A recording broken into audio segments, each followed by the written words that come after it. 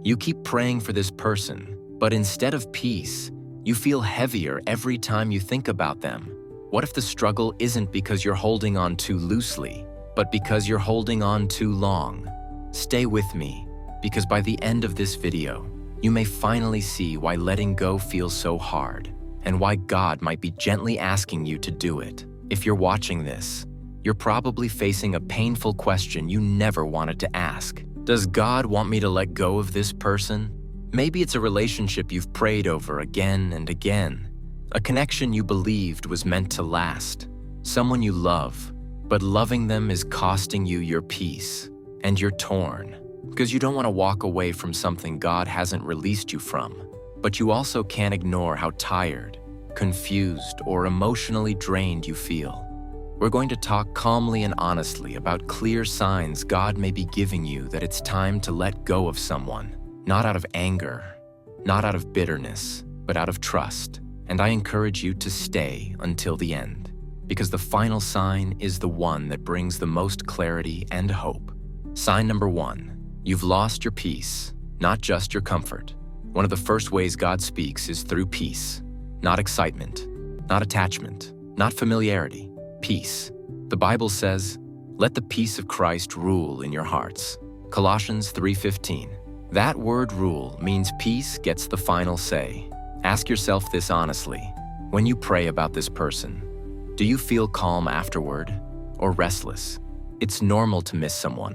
It's normal for letting go to hurt. But if your connection with them consistently brings anxiety, emotional turmoil, or inner conflict, even after prayer, that's not something to ignore. God doesn't guide His children with constant confusion. Sometimes the absence of peace isn't rejection, it's direction.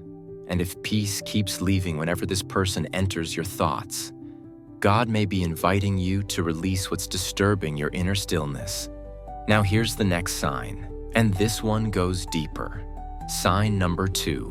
The relationship is pulling you away from who you're becoming. This isn't about whether the person is good or bad.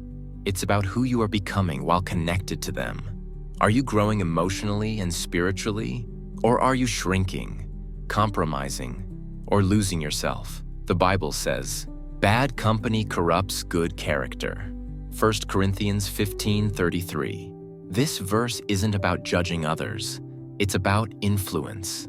If being close to this person consistently weakens your boundaries, if you're constantly explaining away behavior you know isn't healthy, if you feel less like the person God is shaping you to be, God may be protecting the future version of you. Some people are meant to walk with you for a season, not a lifetime, and holding on beyond the season can quietly damage what God is trying to build in you. Which brings us to the next sign. Sign number 3. You're carrying the relationship alone. Take a moment and think about this. Are you always the one reaching out, always fixing things, always apologizing, waiting, hoping, and praying, while the other person gives little in return? God never designed relationships to be one-sided burdens. The Bible says, 2 are better than 1. If either of them falls, one can help the other up. Ecclesiastes 4:9-10. Healthy relationships involve mutual effort, care, and responsibility. If you're constantly exhausted from carrying the emotional weight alone, that's not love, it's imbalance. God doesn't ask you to destroy your peace just to prove your loyalty. Sometimes letting go isn't quitting, it's acknowledging that you can't carry what was never meant for you to carry alone. Now the next sign is subtle, but powerful. Sign number 4, God keeps closing doors. You keep trying to reopen. Have you noticed a pattern? You try to move forward, but the relationship keeps breaking down the same way. You separate, reconnect, and end up right back in the same pain, over and over again. That repetition might not be accidental. The Bible says, "See, I have placed before you an open door that no one can shut." Revelation 3:8. If God opens doors no one can close, then doors that keep closing, despite effort, tears, and prayer, may be doors God is lovingly shutting. Sometimes God doesn't speak loudly.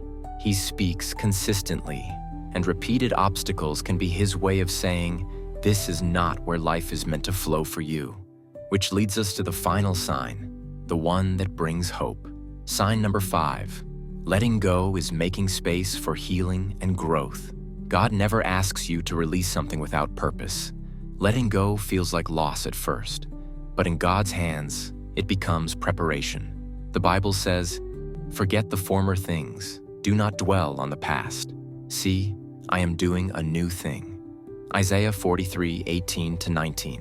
Sometimes God removes people not to hurt you, but to heal you, to make room for peace, for clarity, for relationships that don't drain you, but strengthen you. Holding on to what's familiar can delay what's healthier. And here's a truth many people need to hear. God cares more about your future than your comfort with the past. If God is asking you to let go, it doesn't mean you failed. It means you trusted Him enough to release what your heart could no longer carry. Letting go is not weakness. It's obedience mixed with courage. You don't have to rush. You don't have to do it perfectly. Just take one honest step toward peace. God is gentle with hearts that are hurting. If this message spoke to you, like this video, it helps more people who are struggling find encouragement. Subscribe to the channel for more honest Bible teachings that speak to real-life struggles. And I'd love to hear from you. Comment below, which sign resonated with you the most? If you know someone who's wrestling with this decision, share this video with them. It might be the confirmation they've been praying for. Remember this, when God asks you to let go, it's because He's leading you somewhere better.